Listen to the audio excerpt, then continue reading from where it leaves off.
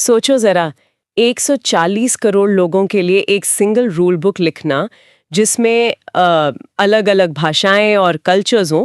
Practically देखा जाए तो ये इम्पॉसिबल साउंड करता है, राइट? हाँ, मतलब काफी कॉम्प्लेक्स तो है। पर वो रूल बुक एग्जिस्ट करती है। आज के इस डीप डाइव में हमारा मिशन बिल्कुल क्लियर है। हमें इस कॉन्स्टिट्यूशनल एटलस के जरिए भारतीय संविधान के महत्वपूर्ण भागों यानी पार्ट 1 से लेकर 21 तक को कवर करना है। मेरा गोल बस इतना है कि बिना किसी कंफ्यूजन के मैं आने वाली एग्जाम्स के लिए इन कॉम्प्लेक्स आर्टिकल्स और फैक्ट्स को समझकर याद कर सकूं। बिल्कुल, और देखो यही हमारा अप्रोच रहेगा। हमें सिर्फ रटना नहीं है, राइट। बल्कि मैप्स और ट्रिक्स के जरिए इस पूरे कॉन्स्टिट्यूशनल एटलस को प्रैक्टिकली डिकोड करना है। अगर हम लॉजिक समझ गए ना, तो एग्जाम में एमसीक्यूज गलत होने का चांस ही नहीं बचेगा। तो बिना किसी देरी के डायरेक्टली एटलस पर आते हैं। चलो अब पहली स्लाइड देखते हैं। ओके, तो यहाँ इस फिजिकल मैप पे कुछ इंटरेस्टिंग डिटेल्स है, मैं देख रही हूँ। हाँ, देखो इस स्लाइड में भारत के नक्शे के ठीक ऊपर संसद भवन यानी पार्लियामेंट का एक क्षेत्र बना हुआ है। और उससे अलग अलग अनुच्छेदों की तरफ लाइनें जा रही हैं। अच्छा, एरो जैसे। राइट। ये दिखाता है भाग 1 संघ और उसका राज्य क्षेत्र, जो आर्टिकल 1 से 4 तक है। अनुच्छेद 1 कहता है कि इंडिया अर्थात भारत राज्यों का संघ है, यानी यूनियन ऑफ स्टेट्स है। ओके। वहीं अनुच्छेद 2 नए विदेशी राज्यों के प्रवेश से जुड़ा है और अनुच्छेद 3 में राज्यों के नाम और उनकी सीमाओं में बदलाव। हाँ, राज्यों के नाम और उनकी सीमाओं में परिवर्तन करने का अधिकार संसद को दिया गया है। वेट, अगर संसद कल को किसी राज्य की सीमा बदल दे या नया राज्य बना दे, तो क्या उसके लिए एक प्रॉपर संविधान संशोधन, मेरा मतलब कॉन्स्टिट्यूशनल अमेंडमेंट चाहिए होगा? यही तो ट्विस्ट है। अनुच्छेद 4 इसका बिल्कुल क्लियर जवाब देता है। इसमें बताया गया है कि अनुच्छेद 2 और 3 में किया गया कोई भी बदलाव साधारण बहुमत यानी सिंपल मेजॉरिटी से होता है। ओह, इसलिए इसे ऑफिशियली संविधान संशोधन नहीं माना जाएगा। आई सी। यहाँ एटलस के कॉर्नर में एक हाइलाइटेड बॉक्स है जिसमें लिखा है कि नए राज्यों के निर्माण का अधिकार किसके पास है और भारत को क्या कहा गया है। ये पॉइंट एग्जाम के लिए इंपॉर्टेंट लग रहा है। एकदम सही पकड़ा। ये एग्जामिनर का फेवरेट एरिया है।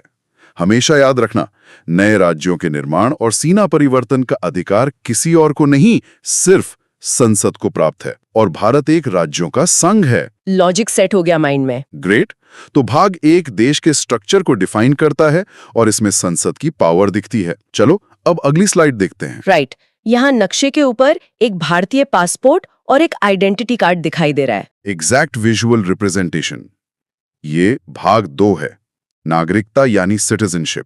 ये आर्टिकल 5 से 11 तक चलता है। अच्छा। भारत में एकल नागरिकता यानी सिंगल सिटीजनशिप का प्रावधान है। इसका मतलब है राज्य और देश की अलग अलग नागरिकता नहीं होती, जो हमने ब्रिटेन से लिया है। ओह, ब्रिटेन से, ओके। हाँ, इसमें अनुच्छेद 6 उन लोगों से जुड़ा है जो पाकिस्तान से भारत आए थे, जिसके लिए 19 जुलाई 1948 की एक कट ऑफ डेट तय की गई थी। ठीक है। और एक बहुत क्लियर रूल है अनुच्छेद 9 में, अगर कोई व्यक्ति स्वेच्छा से विदेशी नागरिकता ले लेता है तो उसकी भारतीय नागरिकता स्वतः समाप्त हो जाएगी। मतलब डुअल सिटीजनशिप का कोई चांस ही नहीं। पर मेरा एक डाउट था, सिटीजन कौन बनेगा और कौन नहीं, इन सब पर कानून बनाने का अंतिम अधिकार आखिर किसके पास होता है? अनुच्छेद 11 इस पावर को फिक्स करता है। इसके अनुसार नागरिकता पर कानून बनाने का पूरा अधिकार संसद को दिया गया है, और इसी पावर का यूज करके संसद ने नागरिकता अधिनियम 1955 बनाया था। यहाँ भी एक फोकस बॉक्स दिया गया है जिसमें स्पेसिफिकली मेंशन है कि एकल नागरिकता कहाँ से आई। मुझे लगता है ये पॉइंट एग्जाम के लिए इंपॉर्टेंट लग रहा है। डेफिनेट हिट है। परीक्षा में बार बार पूछते हैं कि सिंगल सिटीजनशिप का कॉन्सेप्ट कहाँ से इंस्पायर हुआ, जो कि ब्रिटेन है। बिल्कुल, ब्रिटेन। और कानून कौन बनाता है? तो संसद बनाती है। Make sense. तो नागरिकता का कॉन्सेप्ट क्लियर हो गया। चलो अब अगली स्लाइड देखते हैं। विजुअल काफी स्ट्रॉन्ग है यहाँ। स्लाइड के बिल्कुल बीच में न्याय का तराजू यानी स्केल्स ऑफ जस्टिस बना हुआ है। क्योंकि हम सबसे पावरफुल सेक्शन में एंटर कर चुके हैं। ये भाग 3 है, समानता का अधिकार, जो आर्टिकल 14 से 18 तक है। ओके। करता है। और अनुच्छेद 17 में अस्पृश्यता यानी छुआछूत का पूर्ण अंत किया गया है। मैग्ना कार्टा मतलब अल्टीमेट गारंटी। पर एक बात बताइए, क्या प्रैक्टिकली कानून सच में सबके लिए बराबर है? देखो, संवैधानिक रूप से बिल्कुल अनुच्छेद 14 यही सुनिश्चित करता है कि विधि के समक्ष समानता हो, चाहे कोई आम नागरिक हो या कोई बड़ा पदाधिकारी, कानून की नजर में सब बराबर हैं। नोटिस करने वाली बात यहाँ ये है कि इस MCQ अलर्ट बॉक्स में अमेरिका का जिक्र है और छुआछूत के अंत का अनुच्छेद हाईलाइट किया गया है। ये पॉइंट एग्जाम के लिए इंपॉर्टेंट लग रहा है। SSC का तो यह फेवरेट सवाल है। छुआछूत का अंत अनुच्छेद 17 में है और मौलिक अधिकार अमेरिका से लिए गए हैं। इन फैक्ट्स को तो फिंगर टिप्स पर रखना चाहिए। डन, नोट कर लिया। तो समानता के अधिकार का सारांश ये रहा। चलो अब अगली स्लाइड देखते हैं। यहाँ एक खुला हुआ पिंजरा बना है जिससे कबूतर बाहर उड़ रहा है और उसके ठीक पास में एक न्यूज़पेपर और माइक का आइकॉन भी है। ये आइकन्स अनुच्छेद 19 की आजादी को दर्शाते हैं।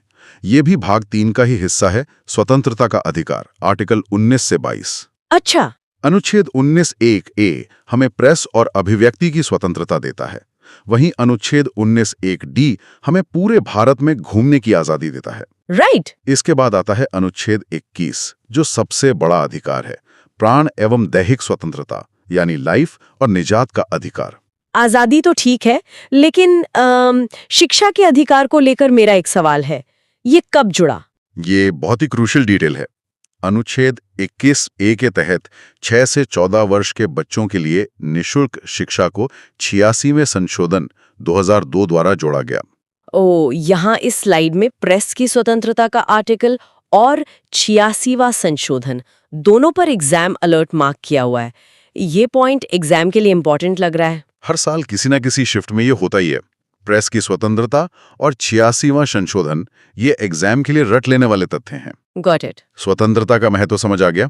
चलो अब अगली स्लाइड देखते हैं। इस विजुअल में सुप्रीम कोर्ट का एक स्तंभ यानी पिलर दिख रहा है और जिसके चारों ओर गियर्स और विभिन्न धर्मों के प्रतीक बने हुए हैं। ये भाग 3 का अगला हिस्सा है, शोषण के विरुद्ध और संवैधानिक उपचार, आर्टिकल 23 से 35। अनुच्छेद 24 इसमें बहुत क्लियर है। 14 वर्ष से कम बच्चों के कारखानों में काम पर रोक लगाता है। अच्छा, इसीलिए गियर्स बने हैं। हाँ। अनुच्छेद 25 धर्म को मानने और प्रचार की स्वतंत्रता देता है। और सबसे जरूरी अनुच्छेद 32 जो संवैधानिक उपचारों का अधिकार है।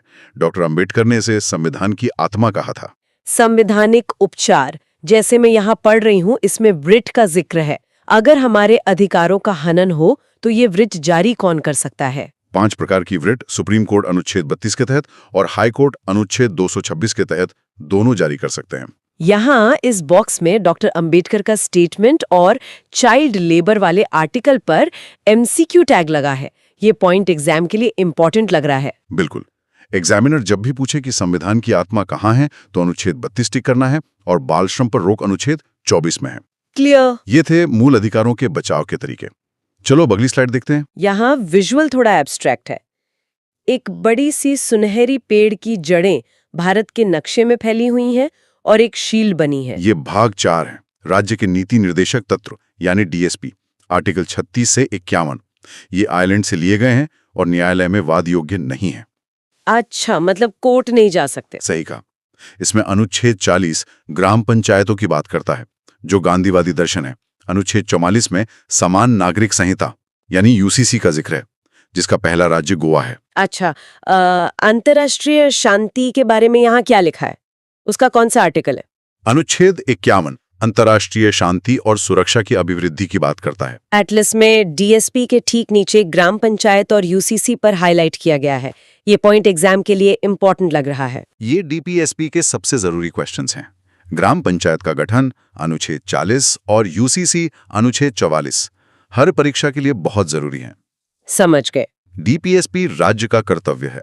चलो अब अगली स्लाइड देखते हैं। इस स्लाइड में नक्शे के बिल्कुल बीच में भारत के झंडे वाला अशोक चक्र बना हुआ है। यहाँ बात हो रही है भाग 4A यानी मौलिक कर्तव्य के, आर्टिकल 51A। मूल संविधान में कर्तव्य 0 थे। अच्छा, 0। हाँ, इन्हें रूस यानी USSR से प्रेरित होकर जोड़ा गया। स्वर्ण सिंह समिति की सिफारिश पर 42वें संशोधन 1976 द्वारा वर्तमान में कुल 11 कर्तव्य हैं। ये 11वां कर्तव्य बाद में कब और कौन सा जुड़ा? 11वां कर्तव्य शिक्षा के अवसर का है, जिसे 86वें संशोधन 2002 द्वारा जोड़ा गया। इस सेक्शन में स्वर्ण सिंह समिति और 11वें कर्तव्य पर MCQ मार्कर है। ये पॉइंट एग्जाम के लिए इंपॉर्टेंट लग रहा है। डायरेक्ट एग्जाम में आते हैं ये। समिति का नाम स्वरण सिंह और 11वें कर्तव्य का वर्ष 2002। एकदम क्लियर। नागरिकों के कर्तव्य यहाँ समाप्त होते हैं। चलो अब अगली स्लाइड देखते हैं। यहाँ मुझे राष्ट्रपति भवन का डोम और भारत के राष्ट्रपति की सील दिख रही है। ये भाग 5 है, संघ की कार्यपालिका, जिसमें राष्ट्रपति आर्टिकल 52 से 62 आते हैं। यहाँ एक ट्रिक है।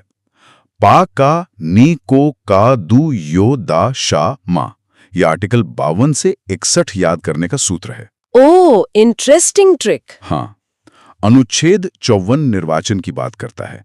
इसमें लोकसभा, राज्यसभा और विधानसभाओं के केवल निर्वाचित सदस्य ही भाग लेते हैं। और अनुच्छेद 7 शपथ से जुड़ा है, जो चीफ जस्टिस द्वारा दिलाई जाती है। एक बात बताइए, महाभियोग यानी इम्पीचमेंट के लिए क्या शर्तें हैं? अनुच्छेद 61 के तहत महाभियोग के लिए संसद के दोनों सदनों में 2/3 विशेष बहुमत आवश्यक है। राष्ट्रपति के आर्टिकल्स की ये ट्रिक काफी काम आएगी। चलो अब अगली स्लाइड देखते हैं। इस बार नक्शे पर एक जज का हथौड़ा यानी गैवल और पार्डन लिखा हुआ एक दस्तावेज है। ये भाग 5 का हिस्सा है। उपराष्ट्रपति और क्षमादान शक्तियां, आर्टिकल 63 से 76। अनुच्छेद 64 कहता है कि उपराष्ट्रपति राज्यसभा का पदेन सभापति होगा। ठीक है। अनुच्छेद 72 में राष्ट्रपति की क्षमादान शक्ति है, जिसमें मृत्युदंड भी माफ हो सकता है। और अनुच्छेद 74 में राष्ट्रपति की सलाह के लिए मंत्रिपरिषद है, जिसका मुखिया पीएम होता है। क्या देश का कोई प्रथम विधि अधिकारी भी होता है? हाँ, अनुच्छेद 76 के तहत महान्यायवादी यानी अटॉर्नी जनरल देश का प्रथम विधि अधिकारी होता है। अटलांटिस में क्षमादान शक्ति और महान्यायवादी पर एमसीक्यू अलर्ट है। ये पॉइंट एग्जाम के लिए इंपॉर्टेंट लग रहा है। ये एग्जाम के हाई यील्ड पॉइंट्स हैं। क्षमादान शक्ति अनुच्छेद 72 और महान्यायवादी अनुच्छेद 76। लॉक कर लिया इसे माइंड में। क्षमादान और कानूनी अधिकारी के आर्टिकल्स कवर हो गए। चलो अब अगली स्लाइड देखते हैं। इस स्लाइड के सेंटर में संसद भवन का एक 3D मॉडल है और 1 रुपए के सिक्के का आइकॉन बना है। ये भाग 5 में भारत की संसद और कानून आर्टिकल 89 से 123 को दर्शाता है। ट्रिक है सरला।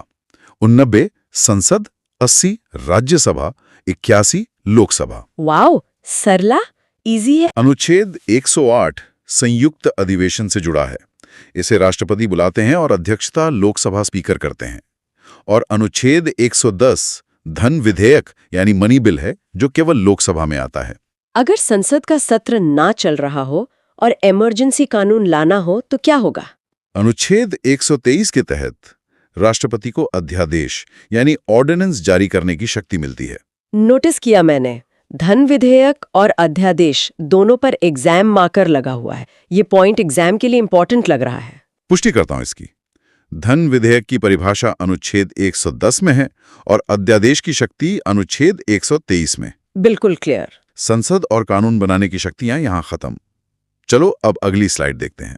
यहाँ विजुअल में एक खुली हुई कानून की किताब है और एक मैग्नीफाइंग ग्लास सुप्रीम कोर्ट के ऊपर रखा है। ये भाग 5 का न्यायपालिका हिस्सा है। सर्वोच्च न्यायालय और सीएजी, आर्टिकल 124 से 151। अनुच्छेद 124 में सुप्रीम कोर्ट का गठन है, 1 सीजेआई और 33 अन्य, टोटल 34 जज। ओके। अनुच्छेद 129 कहता है कि सुप्रीम कोर्ट एक अभिलेख न्यायालय यानी कोर्ट ऑफ रिकॉर्ड है। अनुच्छेद 143 में राष्ट्रपति कानूनी सलाह ले सकते हैं। पब्लिक के पैसे पर नजर कौन रखता है? ये मैग्नीफाइंग ग्लास किसके लिए है? अनुच्छेद 148 के तहत नियंत्रक एवं महालेखा परीक्षक यानी सीएजी का पद है, जो पब्लिक पर्स का वॉचडॉग है। इस अलर्ट बॉक्स में सीएजी और कोर्ट ऑफ रिकॉर्ड पर पॉइंट आउट किया गया है। ये पॉइंट एग्जाम के लिए इंपॉर्टेंट लग रहा है। अभिलेख न्यायालय 129 और सीएजी 148 के आर्टिकल्स सीधे परीक्षण में मैच करने के लिए आते हैं। डन। न्यायपालिका और ऑडिट के आर्टिकल्स क्लोज हो गए। चलो अब अगली स्लाइड देखते हैं। इस बार भारत के नक्शे पर एक गवर्नर लिखी हुई मोहर यानी सील है, जिससे अलग अलग राज्यों में लाइनें जा रही हैं। अब हम भाग 6 राज्यों की कार्यपालिका यानी राज्यपाल पर हैं। आर्टिकल 152 से 167। अनुच्छेद 153 कहता है प्रत्येक राज्य का एक राज्यपाल होगा। एक व्यक्ति 2 राज्यों का भी हो सकता है। अच्छा। ट्रिक है राकानी दा यूस, 153 से 159 तक। और अनुच्छेद 164 के तहत मुख्यमंत्री और मंत्रियों की नियुक्ति राज्यपाल द्वारा होती है। राज्य का प्रथम विधि अधिकारी कौन होता है? अनुच्छेद 165 के तहत राज्य का महाधिवक्ता यानी एडवोकेट जनरल प्रथम विधि अधिकारी होता है। इस स्लाइड में स्पेसिफिकली सीएम की नियुक्ति किसके द्वारा होती है और एडवोकेट जनरल के आर्टिकल पर एग्जाम मार्कर है। ये पॉइंट एग्जाम के लिए इंपॉर्टेंट लग रहा है। मुख्यमंत्री की नियुक्ति राज्यपाल करता है और महाधिवक्ता का अनुच्छेद 165 है। ये याद रखना। सेट हो गया दिमाग में। राज्यपाल की भूमिका स्पष्ट हो गई। चलो अब अगली स्लाइड देखते हैं। नक्शे पर छोटे छोटे विधानसभा भवनों के मॉडल फैले हुए हैं और स्टेट बजट की फाइल है। ये भाग 6 का राज्य विधानमंडल आर्टिकल 167 से 213 है। अनुच्छेद 167 में राज्य विधानमंडल यानी राज्यपाल, विधानसभा और विधान परिषद हैं। ठीक है। अनुच्छेद 169 विधान परिषद का सृजन या समाप्ति संसद के अधिकार से करता है और अनुच्छेद 202 राज्य का वार्षिक वित्तीय विवरण यानी बजट है। राज्य में अध्यादेश कौन जारी करता है? अनुच्छेद 213 के तहत राज्यपाल को अध्यादेश जारी करने की शक्ति प्राप्त है। यहाँ अलर्ट सेक्शन में विधान परिषद के सृजन और राज्यपाल के अध्यादेश पर फोकस किया गया है। ये पॉइंट एग्जाम के लिए इंपॉर्टेंट लग रहा है। स्पष्ट कर दूं, विधान परिषद का सृजन अनुच्छेद 169 के तहत होता है और राज्यपाल का अध्यादेश अनुच्छेद 213 में है। नोटेड। राज्य विधान मंडल के महत्वपूर्ण आर्टिकल्स हो गए। चलो अब अगली स्लाइड देखते हैं। इस स्लाइड में भारत के नक्शे पर कई सारे चमकते हुए स्तंभ बने हैं जो हाई कोर्ट्स को दर्शा रहे हैं। ये भाग 6 का उच्च न्यायालय यानी हाई कोर्ट्स का सेक्शन है। आर्टिकल 214 से 237 अनुच्छेद 214 कहता है राज्यों के लिए हाई कोर्ट होगा। वर्तमान में कुल 25 हैं। 25, ओके। अनुच्छेद 215 कहता है हाई कोर्ट भी अभिलेखीय न्यायालय है और अनुच्छेद 233 के तहत जिला न्यायाधीशों की नियुक्ति राज्यपाल द्वारा होती है। हाई कोर्ट कौन से अनुच्छेद से रिट जारी करता है? अनुच्छेद 226 के द्वारा हाई कोर्ट मौलिक और कानूनी अधिकारियों के लिए रिट जारी कर सकता है। यहाँ इस बॉक्स में आर्टिकल 214 और 226 पर एमसीक्यू वार्निंग दी गई है। ये पॉइंट एग्जाम के लिए इंपॉर्टेंट लग रहा है। हाई कोर्ट का गठन 214 में है और रिट जारी करने की शक्ति 226 में, जो बहुत इंपॉर्टेंट है। दिमाग में सेट हो गया। न्यायपालिका के राज्य स्तर के आर्टिकल समेट लिया हमने। चलो अब अगली स्लाइड देखते हैं। यहाँ भारत के नक्शे के बीच में एक दरार है और एक सुनहरा पुल केंद्र और राज्य को +89 लिखकर जोड़ रहा है। ये एटलस की सबसे मजेदार ट्रिक है, द +89 ट्रिक। केंद्र के कुछ अनुच्छेदों में +89 जोड़ने पर राज्य के अनुच्छेद मिलते हैं, जैसे केंद्र का 72 राष्ट्रपति क्षमादान +89 बराबर राज्य का 161 राज्यपाल क्षमादान। Oh wow. केंद्र मंत्री 74 +89 बराबर राज्य मंत्री 163 राष्ट्रपति वीटो 111 +89 बराबर राज्य अनुमति 200। महान्यायवादी वाले मामले में ये कैसे काम करता है? केंद्र का महान्यायवादी अनुच्छेद 76 +89 बराबर राज्य का महाधिवक्ता अनुच्छेद 165। यहाँ एमसीक्यू अलर्ट में यही ट्रिक दिखाई गई है कि 874 पता है तो +89 से स्टेट का आंसर मिल जाएगा। ये पॉइंट एग्जाम के लिए इंपॉर्टेंट लग रहा है। अगर 874 पता है तो +89 करके 8,183 का सही जवाब चुटकियों में निकाला जा सकता है। मजा आ गया। ये +89 ट्रिक सच में मास्टर स्ट्रोक है। चलो अब अगली स्लाइड देखते हैं। यहाँ एक बड़े पेड़ यानी ट्री की जड़ें और शाखाएं नक्शे पर फैली हैं। ये स्थानीय प्रशासन है। भाग 8 239 से 242 यूटी का प्रशासन राष्ट्रपति द्वारा देखता है। भाग 9 243 पंचायतें हैं जो 73वें संशोधन 1992 11वीं अनुसूची में जुड़ी। राइट। भाग 9 नगरपालिकाएं हैं 74वें संशोधन 1992 12वीं अनुसूची में। सहकारी समितियों यानी कोऑपरेटिव सोसाइटीज का जिक्र कहाँ है? भाग 9B आर्टिकल 243 ZH से ZT में, जिसे 97 में संशोधन 2011 द्वारा जोड़ा गया।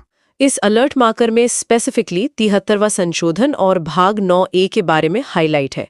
ये पॉइंट एग्जाम के लिए इंपॉर्टेंट लग रहा है। पंचायती राज का 73वां संशोधन और नगरपालिकाओं का भाग 9A एग्जाम में अक्सर आते हैं। बिल्कुल। स्थानीय स्वशासन पक्का हो गया। चलो अब अगली स्लाइड देखते हैं। यहाँ एक लेजर बुक, पैसों की गड्डियां और यूपीएससी का लोगो नक्शे पर बना है। ये भाग 11, 12, 14 हैं।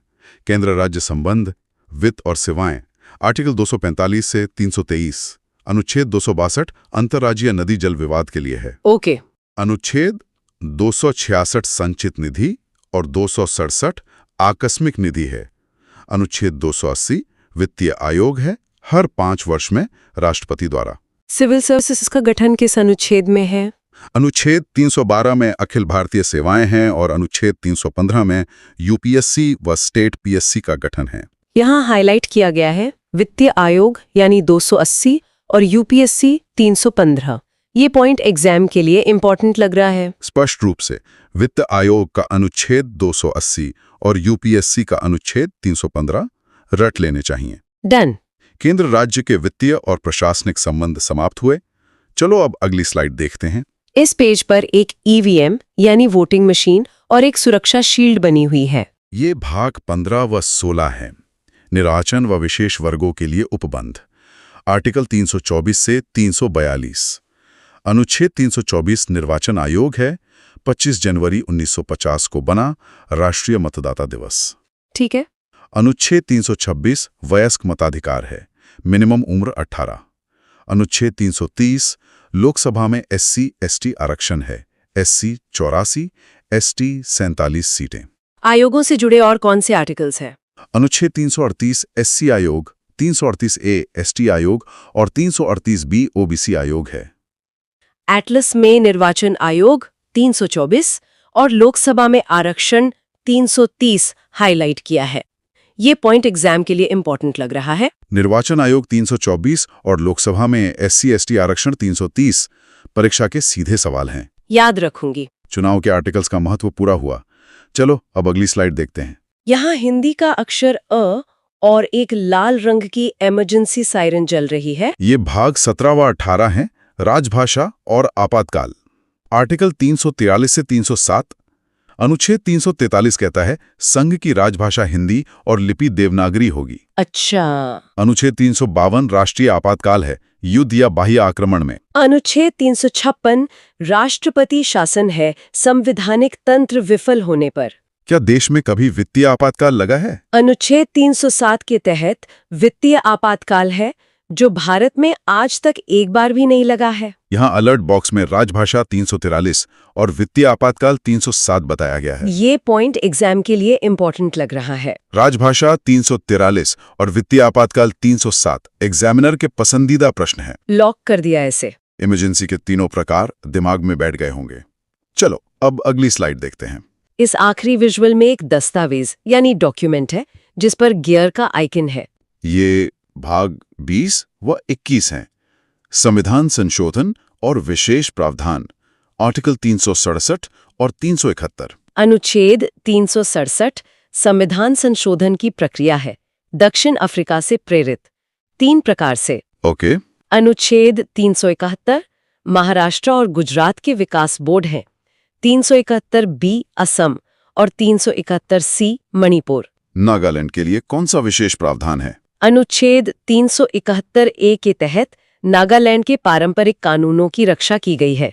इस आखिरी एमसीक्यू बॉक्स ने संविधान संशोधन 367 और नागालैंड 371 ए को हाईलाइट किया है। ये पॉइंट एग्जाम के लिए इंपॉर्टेंट लग रहा है। संविधान संशोधन शक्ति 368 और 371 ए, नागालैंड वाली मैचिंग परीक्षा में जरूर आती है।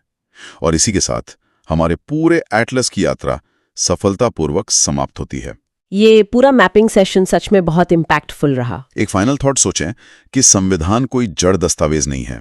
अनुच्छेद 368 इसे समय के साथ बदलने की ताकत देता है। तो सोचिए, क्या अनुच्छेद 13 जो मौलिक अधिकारों की रक्षा करता है और 368 के बीच का यह संतुलन ही हमारे लोकतंत्र की असली ताकत नहीं है?